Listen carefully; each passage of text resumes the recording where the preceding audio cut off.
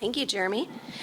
So next, it is my pleasure to invite Bob Hale, HAR President and CEO, to join me on stage, and I will be interviewing Bob. One of the great things about my job is that I get to work so closely with Bob, and I think we've all learned so much from him. So welcome, Bob.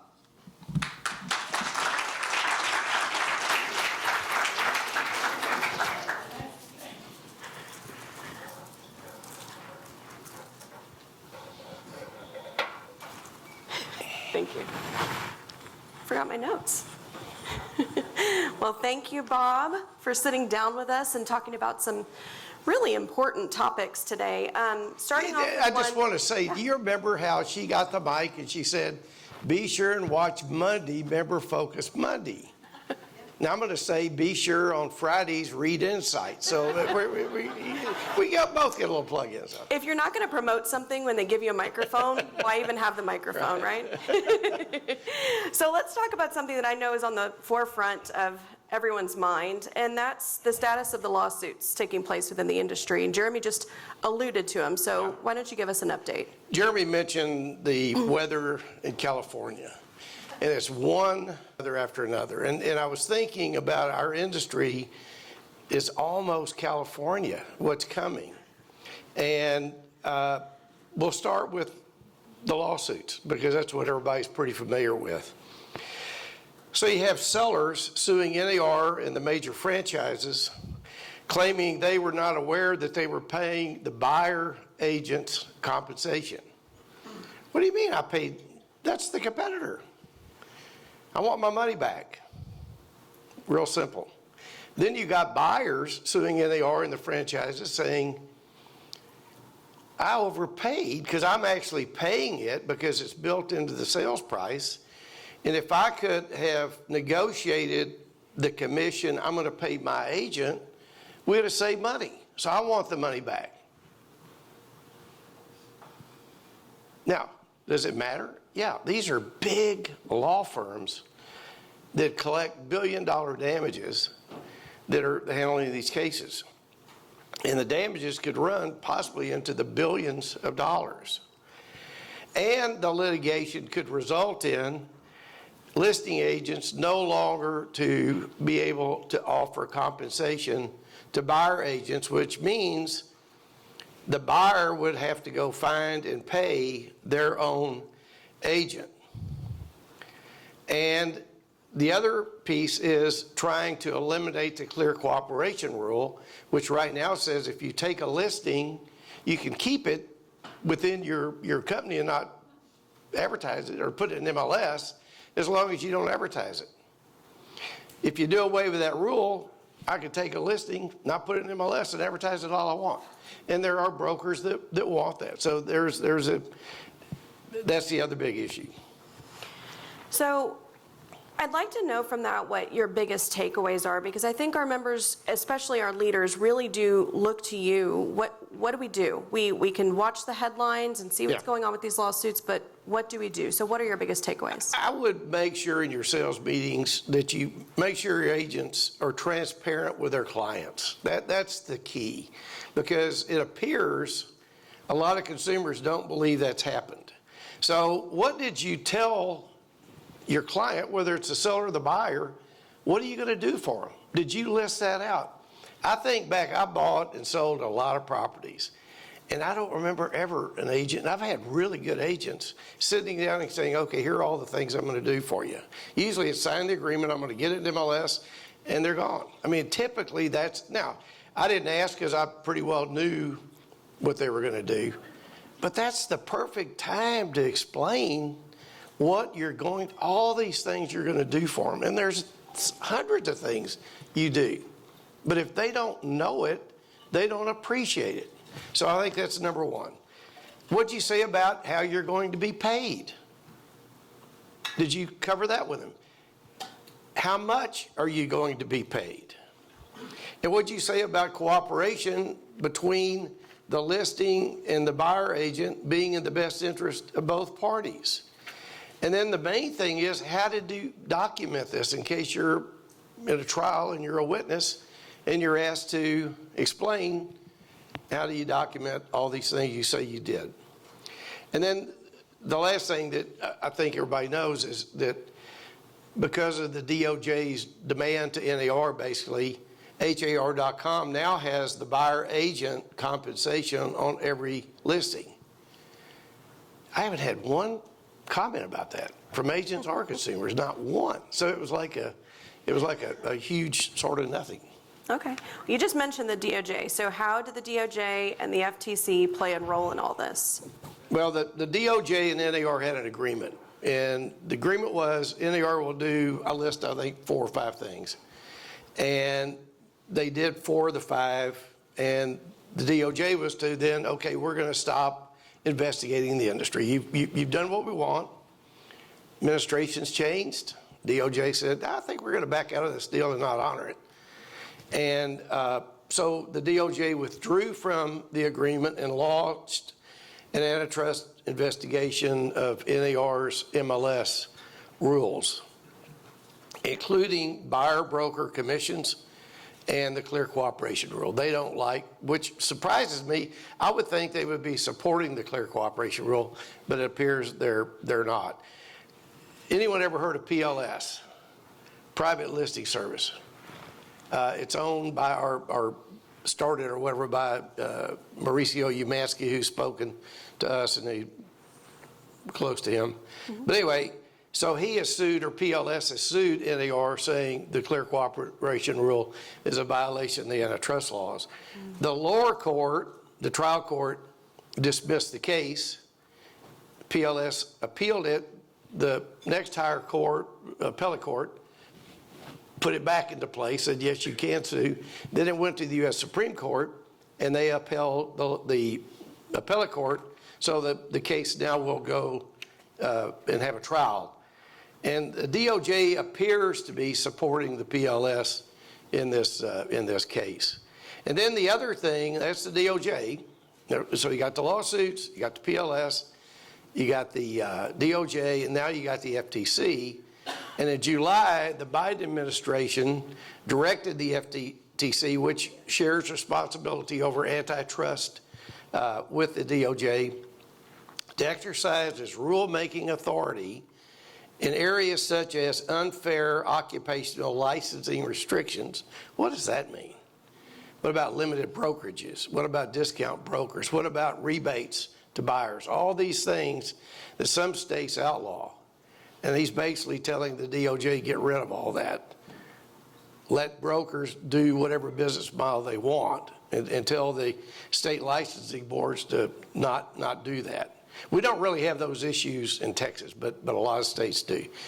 The second thing is look at unfair tying practices in the MLSs and the brokers. So what does that mean? To become a member of an MLS, you have to become a member of the association. You have to be a realtor. In Houston, you do not have to be a realtor to be a member of MLS.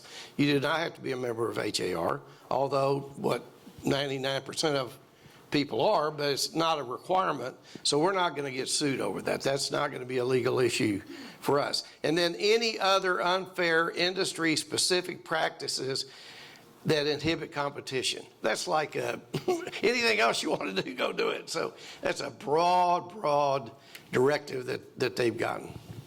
So Kathy mentioned the PAC in her welcome speech. So how might our PAC play a role? Okay, recently, I guess about a week ago, Open Secrets, which is an organization that reports information, indicated that corporate PACs and industry trade groups contributed $66 million to the campaigns of 142 of the members of Congress who voted against the certification of the 2020 election amid the U.S. Capitol attack on January the 6th. Now, NAR was the largest donor of that entire group, giving between $900,000 and $1 million.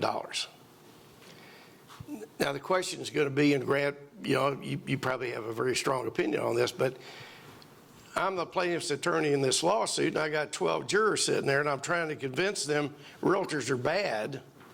I'm going to bring this up. I'm going to ask the witness, are you aware of your pack, blah, blah, blah. And then the other side's going to stand up and scream and object, and the court is going to rule me out of order. I should not have asked that question, instruct the jury, disregard it, but I've got it out there. I'm painting you as really bad people for doing that, okay?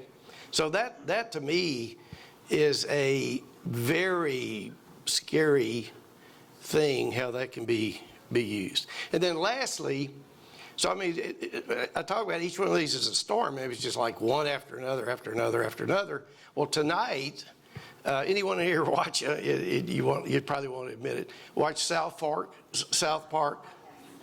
Quite a few, okay. It's on HBO Max. And tonight, it's about realtors. And it doesn't make you look good, let me tell you that. Okay. It talks about, it says over and over, at least you don't have to know anything to make a lot of money as a realtor. You don't have to know anything to make a lot of money as a realtor. And then the theme of the show is South Park is a small rural town and it's not doing really well. So they're trying to figure out how do we do good? And some realtors say we need to get the city folks to move here, buy our real estate, shop in our stores, buy their groceries. Hey, that's a great idea. And so they start advertising. The city folk come to South Park. So what happens then?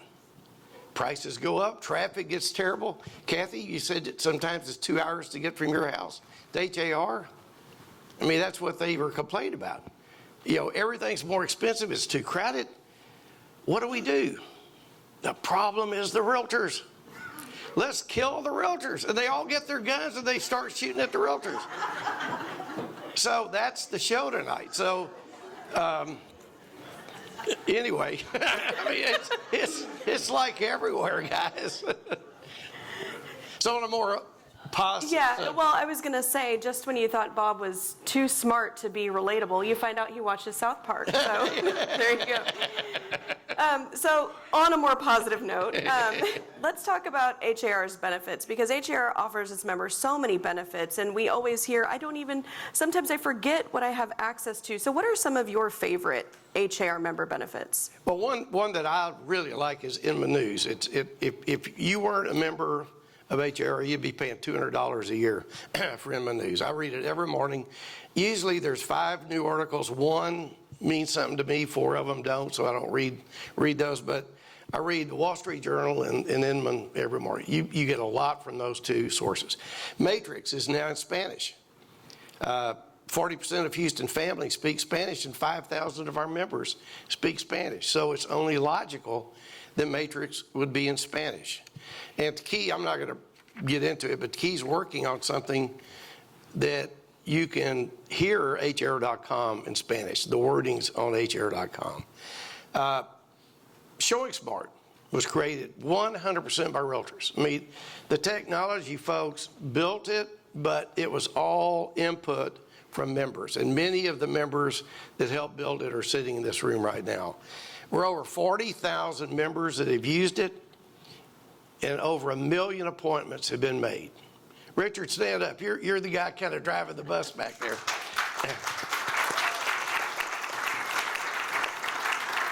And HAR's 11 largest brokers are either 100% on it or in the process of being 100% on it. So thank you, Bill. Thank you, Lorraine. MLS Platinum includes products and services worth over $2,300 a year. We have over 18,000 members now subscribing to it for $129 a year. Now, how many of you use Cloud CMA? Anybody? All right, a bunch of people, okay. If you weren't paying the $129 a year for everything, you'd be paying Cloud CMA $500 just for that. So Platinum is unbelievable. Claudia, 4 video studios all over the city, the area. And HR is the only MLS to have its own agent and consumer apps. The only one. Everybody else is paying, we'd be paying $500,000 a year if we didn't have our own.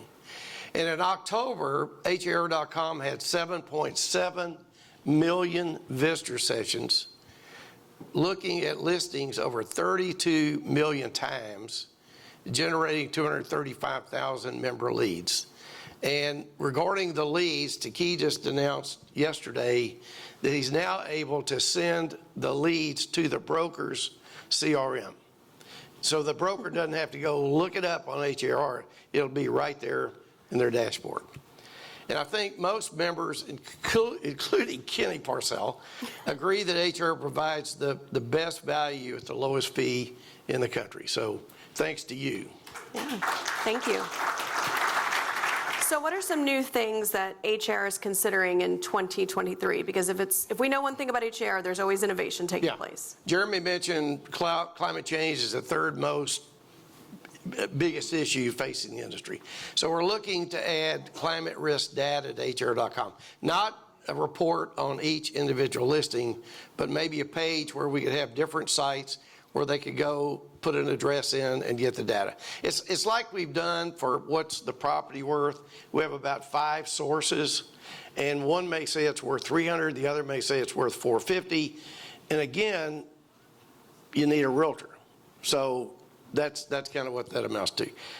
Creating more neighborhood video content. We've started that, but we want to really up that. Acquiring better rental data, because 58% of Houstonians rent, they don't own. So they're looking for rental, and if we can get them on the site, and besides that rent, say, here are realtor listed homes or condos for rent, instead of this apartment, that'd be, helping the members out. And then using AI, this is what I just talked about, to turn text on HR.com into English and other languages for the blind and for non-English speaking consumers. And the last one I'll mention is making floor plan creation solutions that can easily be added to Matrix and HR.com. Floor plans are the number 3 most important things to consumers. And we don't have many of them on HR.com. And what consumers say, we see these pretty pictures. We have no idea how the place lays out. All we know is that's a bedroom, but we have no idea what it looks like. So we got to have those floor plans. So that's going to be a big push to provide that, hopefully at no cost. So, Bob, I know you know that there are always rumors floating around about HAR. And I see a lot of them on social media. So I'm going to read some rumors to you, and you can just kind of give me your response to them. So, and I think it's important for the leaders in the room to hear this in case they hear these around their office or in meetings.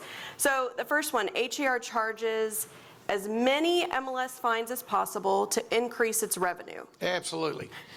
No.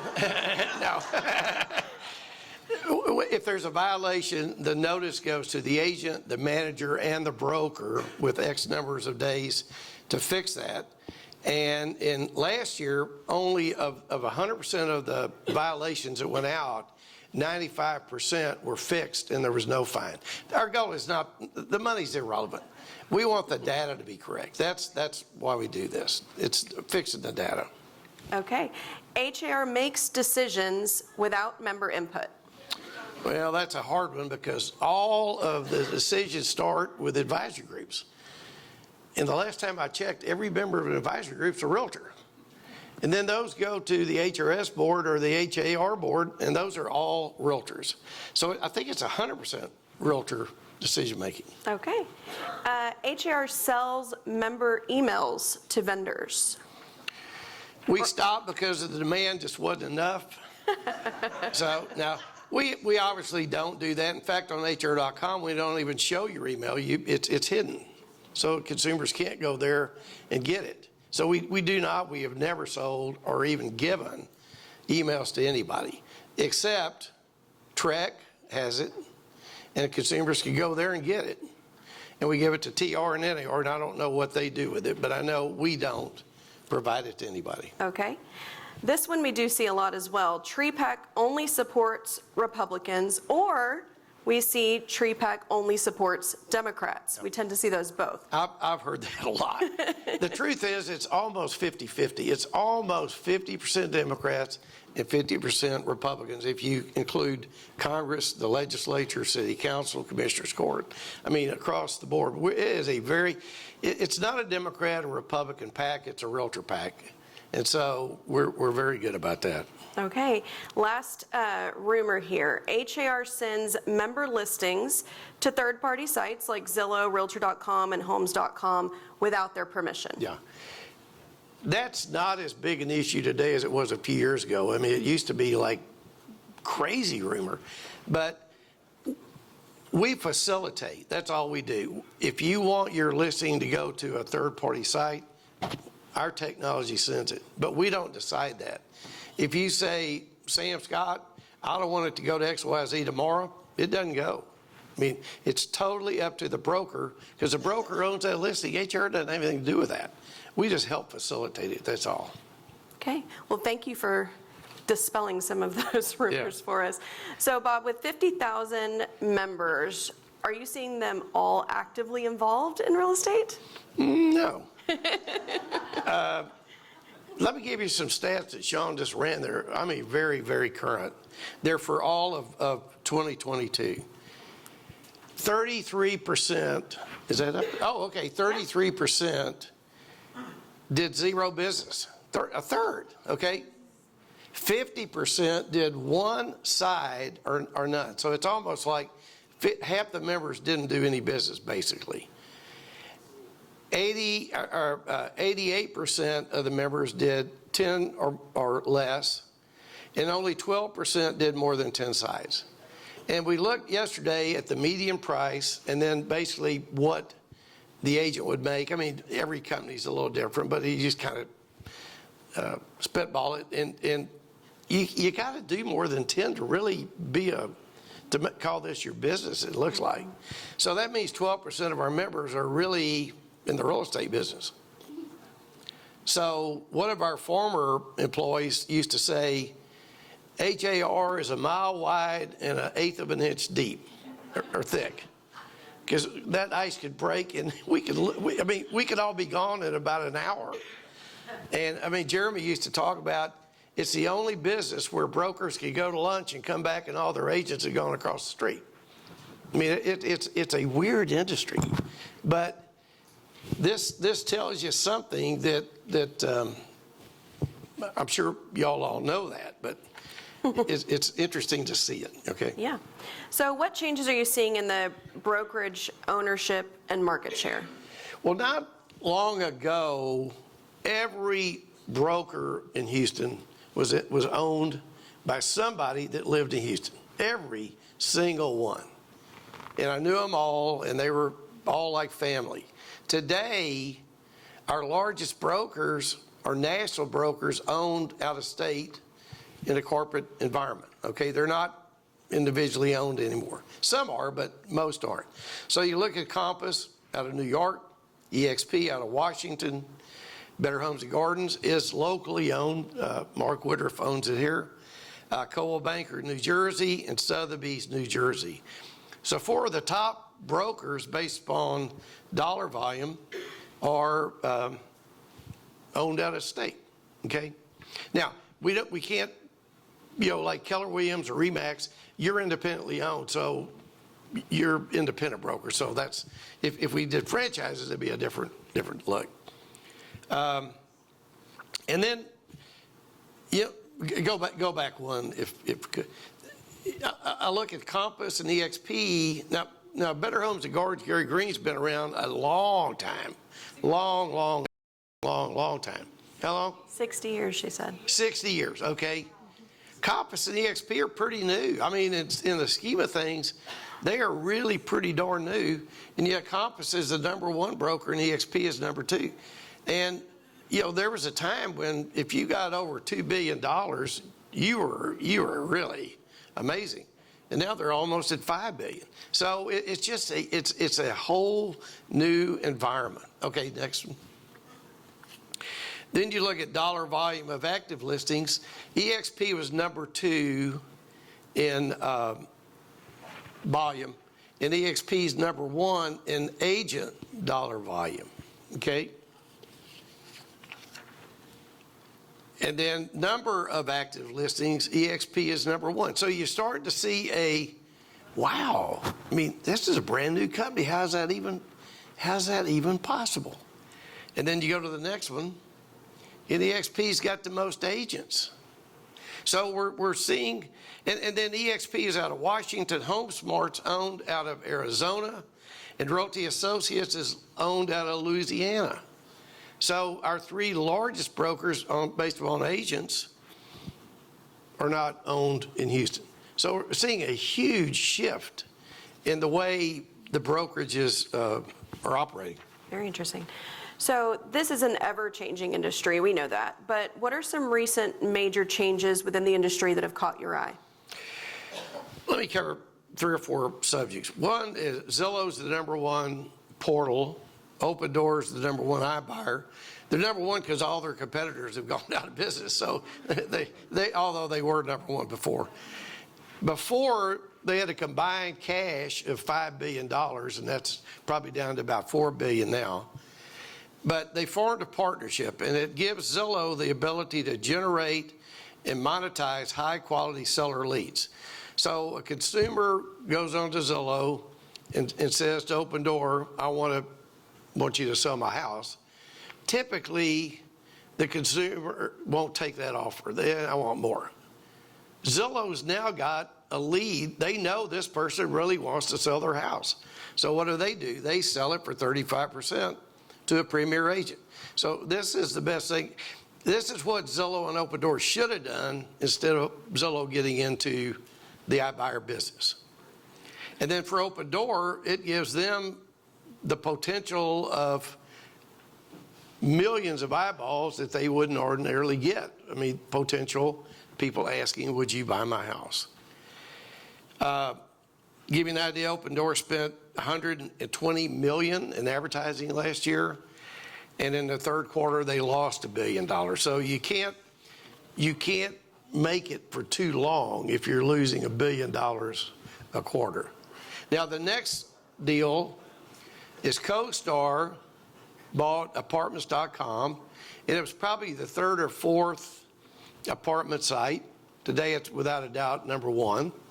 And they spend $500 million a year promoting Apartments.com. So if you're going to look for an apartment, that's where you typically go. Up until the end of last year, as I understand, Realtor.com used Apartments.com as their apartments on Realtor.com. That expired, not going to be renewed, because CoStar is going to put it exclusively on Homes.com, because that's what they bought. So our new competitor is Homes.com. They're going to have Apartments.com. We're not. That puts us in a big hole. I mean, it's a different ball game now. It's totally changing. So now we're looking for, where do we get the best apartment data or rental data? Do you know who's number 2 and the best? Zillow. And it looks like Realtor.com may be talking to Zillow about, could we put your apartments and rentals on ours? I mean, people that were huge competitors now have to work together. You know, Opendoor and Zillow hated each other, a few months ago. Now they're partners. So it's just really, really changing. And then you look at 58% of Houstonians rent. We've got to have that data on HR.com. Investors purchased $43 billion worth of homes in the third quarter to turn into rentals. JP Morgan and Haven Realty Group or Capital are about to acquire $1 billion of single-family rentals. I mean, it is happening as we just watch it. The third thing is, let me talk about exclusive content. Does anybody in here subscribe to Hulu or Netflix or Prime or Apple or Disney or all those? Why in the world? Why would you take all of those? Because every one of them has something you want. Everyone. So you take Hulu because it's got one show. It doesn't have 50, but And then you sign up, you forget you have it because it's charged to your credit card. And if you want to get rid of it, you don't know how. So that's exclusive content in the entertainment world, okay? So what's that got to do with real estate? Before, if you wanted to find real estate data, you would go to Realtor or Zillow, from a national standpoint.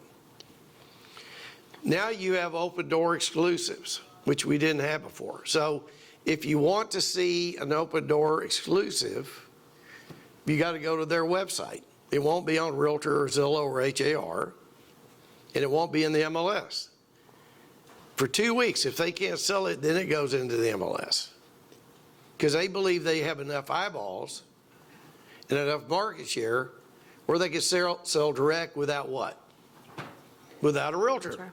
That's without a realtor. Mm-hmm. And Open Door is becoming the largest for sale by owner in the country. Now they've hit a snag, and they may fizzle, or they may, come back. We don't know. But in Austin, in the Austin MLS, 40% of Open Door exclusives. So 40% of their listings that they put on their website never went in the MLS. They sold direct. So that means 40% of those didn't pay a buyer agent a commission. And there was one point where Sean pulled up the active listings. Open Door was number 2. They had the second most listings in our MLS of any broker. Now what are they doing? They have home seller exclusives. So their deal is now, if you want to sell your home, put it on Open Door as an exclusive. Don't list with a realtor. Don't put it in MLS. Pay us a fee. It will help you navigate the process. If it doesn't sell, call your realtor and put it in MLS. So that's their next play that they see is making a difference. And then the last thing is climate change that Jeremy talked about. 80% of Americans now consider climate change very important. Before it was like, nah, now it's very important. And tornadoes, hurricanes, and wildfires caused $165 billion in damages last year. So what does that mean to us? If insurance companies pull out of the market and you can't get homeowners insurance, you can't get what? You can't get a mortgage. And if you can't get a mortgage, you can only deal with people with cash, and that's not everybody. But the 2 largest insurance companies in California have pulled out because of wildfires. They're not going to write any new insurance, AIG and Chubb, 2 big ones. In Florida, you've paid your premiums for 30 years to insurance company ABC. Hurricane hits, devastated your house. You file a claim, and they said, sorry, we've declared bankruptcy. Our claims are more than we have to pay out. You're out of luck. So California and Florida are really seeing some tough times ahead for real estate, and contracts are now becoming contingent, not only on getting a loan and inspections, but being able to get homeowners insurance. That's becoming a contingency. And then the last, and Jeremy mentioned this too, CEOs of major companies are being replaced or reassigned or quitting like never before. In the last few months, the CEO of Keller Williams, Open Door, Coldwell Banker, and EXP have all changed. That's unheard of in the past. So, Bob, I'd like to end on something that I think we commonly hear. I know I hear it all the time. I know you hear it all the time. Kenny said it earlier. What makes HAR the best realtor association in the country? Well, we have 100 staff now, which we've never had that. But it's amazing, as so many companies are laying off people. We, during COVID, been hiring people. And my gosh, Renee, you have hired some incredible staff over there. Some of the new ones are just unbelievable. And then Taki's got about 20 contractors from Pakistan to India to Brazil that are working on HR.com, and about 10 employed in the Houston area. We've got a central location with 3 new modern branches that are so much better than what we had in the past. We have a budget in excess of $52 million, so this is a big operation with 50,000 members. We have a PAC that raises over $1 million a year, 7 years in a row, which is, again, no other MLS is even remotely, or association doing that. We have a membership department, Cynthia and Tracy, that handles 2,500 member calls a week. We're nationally award-winning YPN. In fact, YPN won one of the first NAR awards for a YPN. Rita is, I don't know, where is Rita? I don't know that you're invited back to TR anymore because you win the education award every single year. And then Lori wins the international program every year at NAR. And a technology department like no other that's created HR.com and Showing Smart and agent apps and agent ratings and one thing after another. We have the most visionary and innovative officers, directors, and committee chairs and members in the industry. And I'm not just saying that. Kenny Parcell, NAR's president, said it. And what makes HR unique to me is the amazing teamwork between the elected leaders and the staff. It's a partnership, and that's what makes us very different than just about any other association. Well, thank you, Bob. Yeah. Thank you so much. So now, actually, let's give Bob a round of applause first. Now, we will take a 15-minute break. So we'll see you back in 15 minutes. Right.